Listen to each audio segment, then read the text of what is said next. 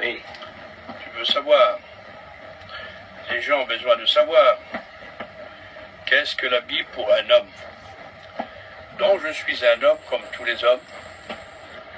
Et la Bible a été écrite pour les hommes et par les hommes, et inspirée par le divin, écrite par l'humain, sur la dictée du divin, pour être donnée ensuite à l'humain, afin que l'humain reçoive le divin. La Bible, c'est le livre qui contient les trois personnes divines, à savoir Dieu le Père. C'est écrit Dieu le Père, parce que dans le Nouveau Testament, Jésus appelle son Père 38 fois. Le Nouveau Testament appelle Dieu le Père en disant le Père des Lumières, le Père de la vie, 190 fois. Jésus le dit 40 fois. Cela veut dire que Dieu est le Père. Il y a Dieu le Père. Et il est écrit dans le Nouveau Testament 40 fois Dieu le Père. Alors, donc, la Bible, Dieu est l'auteur de la Bible, le Père. Jésus qui est le Fils, est écrit 50 fois que Jésus est le Fils de Dieu. Jésus est le Fils éternel de Dieu, et Jésus est le centre de la Bible. Le Saint-Esprit rend vivante la Bible. Et le Saint-Esprit embrase la Bible. Donc les trois personnes divines, le Père, Dieu le Père, Jésus son Fils, le Saint-Esprit, embrasent la Bible du commencement à la fin. Tu retires une des trois personnes divines, la Bible n'a plus de sens. Donc, on reçoit la Bible. Qu'est-ce que la Bible pour moi? La Bible est entièrement la parole de Dieu, car elle contient, elle m'apprend, elle me montre les trois personnes divines tout entières. La Bible n'est pas un livre comme le monde. C'est le plus grand livre du monde. C'est le patrimoine de l'humanité. La Bible, elle est comme la terre qui nous porte. La terre, on vient au monde sur la terre, on grandit, on vieillit, on s'enrichit sur la terre, on fonde un foyer, on meurt sur la terre, on rentre de la terre, et un jour, les morts ressusciteront de la terre, on quittera la terre, on régnera 1000 ans sur la terre dans le millénium, et un jour, il faudra quitter la terre. Ainsi, la Bible est comme la terre qui nous porte. La Bible, c'est le pain qui nourrit nos âmes. Le pain est vieux comme le monde. Le premier boulanger du monde, c'est Adam.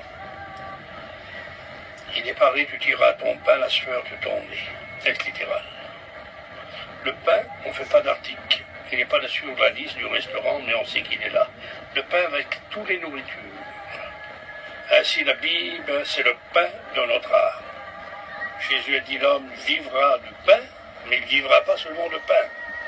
Il vivra de toute parole qui est sortie de la bouche de Dieu. Donc la Bible, c'est le pain, c'est la terre, c'est le miroir pour lequel on peut faire sa toilette spirituelle. Elle nous montre l'intérieur, le miroir que nous regardons dedans, de glace, nous montre l'extérieur. La Bible nous montre l'intérieur. Et c'est pour cela que la Bible, c'est le miroir. C'est l'épée avec laquelle on combat. La Bible, c'est le bâton sur lequel le pèlerin s'appuie pour marcher. C'est le compas du navigateur. C'est la carte du voyageur. La Bible, elle a toujours raison. Elle relève la tête. Elle nous apprend des choses. Elle n'est ni moderne ni antique. Mais elle est éternelle. Alors, si vous n'avez pas lu la Bible, lisez-la. Elle nous apprend deux choses. Elle t'apprendra deux connaissances. À connaître Dieu, mais à te connaître toi-même. Tu as besoin de te connaître toi-même, tu as besoin de connaître Dieu. Alors, elle a été pour nous, le peuple, les gens du voyage, la Bible, la découverte, la révolution spirituelle, l'acte créateur de Dieu dans lequel Dieu agit sur nous. La Bible nous a fait connaître Dieu le Créateur, Jésus le Sauveur, et le Saint-Esprit le Consolateur. Et la Bible nous dit que nous sommes tous frères. Donc, notre mission Vie Lumière, ça va faire environ 60 ans. Le premier miracle a eu lieu. Jamais personne n'avait pensé à nous. De toutes les peuples de la terre, on avait évangélisé, traduit la Bible. Jamais pour nous. Gens du voyage, gens de nulle part, gens de partout. Et voilà, un jour, Dieu nous a fait connaître sa parole. À l'heure actuelle, des milliers sont touchés, des centaines de milliers par le monde, des milliers de prédicateurs. En s'étend sur 44 nations, presque 1 500 000 de chrétiens évangéliques Vie Lumière, 6 600 prédicateurs. En France, école biblique. En Hongrie, école biblique. En Angleterre, il y a une école biblique. En Inde. Cela prouve que Dieu est avec nous. La Bible, on veut la faire connaître. On veut la faire qu'elle puisse produire dans les cœurs la semence de la vie, puisqu'elle est la semence de la vie. Alors, lis-la.